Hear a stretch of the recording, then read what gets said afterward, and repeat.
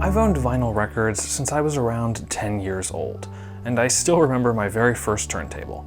It was a Good Sports USA themed DJ SP23, and it was a piece of garbage, but it taught me the basics, and every time I've upgraded since then, I've enjoyed hearing those increasingly nostalgic albums in greater and greater fidelity. And today will probably be one of the last upgrades I ever make to my turntable setup. This is the Mani 2 by Schiit Audio, and today we'll be hooking it up, hearing how it compares to the phono preamp built into my receiver, and deciding if it was a worthwhile upgrade. For those who aren't aware, Schiit Audio has been making high-end audio equipment in the USA since 2010.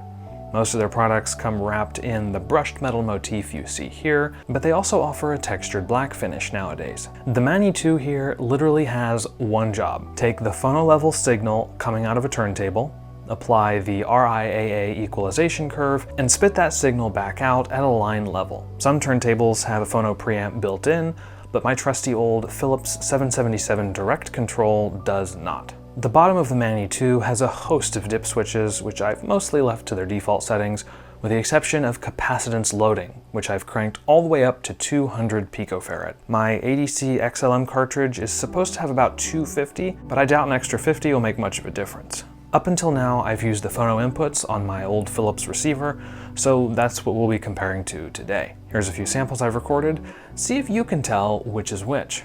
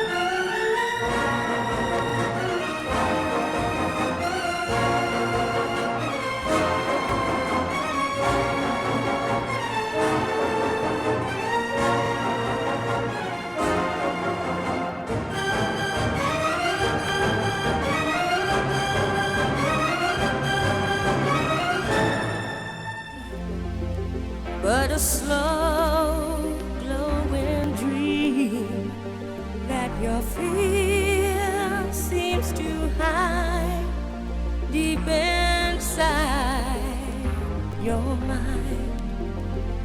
All alone I have cried silent tears full of pride in a world made of steel, made of stone.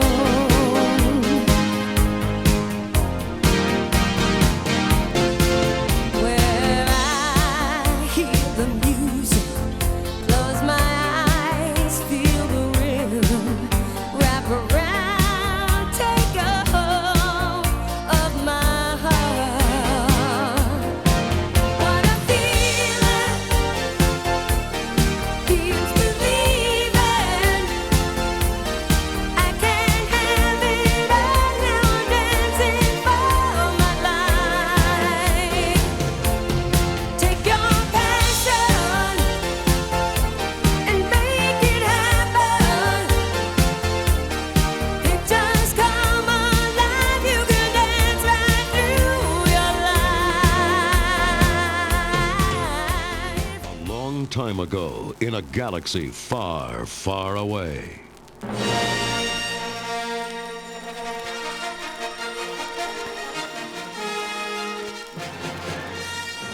Rebel commanders were planning their next move against the evil Galactic Empire.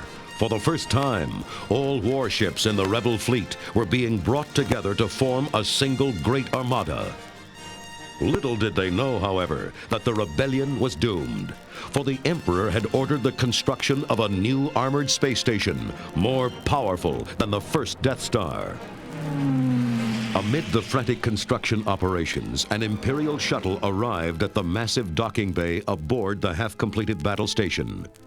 Death Star Commander Moff Jerjerrod and his troops snapped to attention as a black mask figure strode menacingly down the shuttle ramp. Lord Vader, this is an unexpected pleasure. We're honored by your presence. You may dispense with the pleasantries, Commander. I'm here to put you back on schedule. I assure you, Lord Vader, my men are working as fast as they can. Perhaps I can find new ways to motivate them. I tell you, this station will be operational as planned. The Emperor does not share your optimistic appraisal of the situation. But he asks the impossible. I need more men. Then perhaps you can tell him when he arrives. The Emperor's coming here? That is correct, Commander. And he is most displeased with your apparent lack of progress. We shall double our efforts. I hope so, Commander, for your sake. The Emperor is not as forgiving as I am.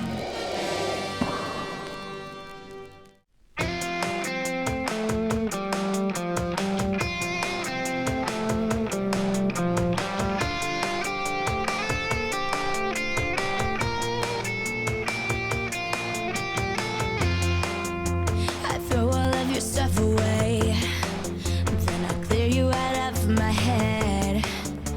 I tear you out of my heart and ignore all your messages. I tell everyone we got through, 'cause I'm so much better without you.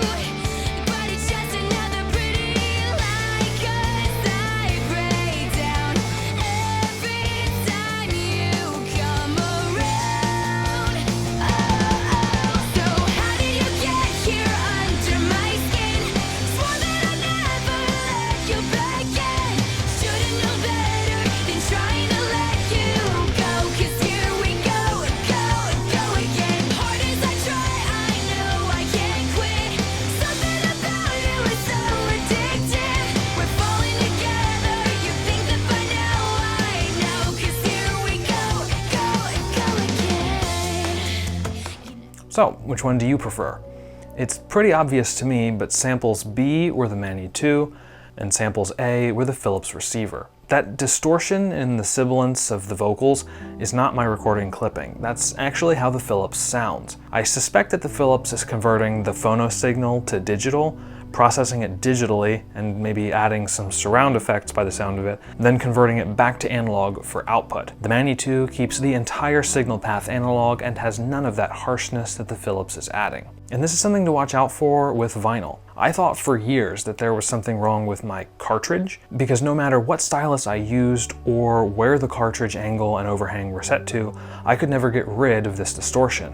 So after all this testing, I figured it had to be the amp. And this test confirms my theory. There's still some room for improvement though. The cheap bonded stylus replacement I got takes a higher tracking force than I'd like, around 2 grams, and my cartridge alignment could be a little better. All in all though, I am really pleased with the Mani 2, and if the rest of my Schiit audio equipment is any indication, it should give me many years of happy listening. As always, thank you guys so much for watching.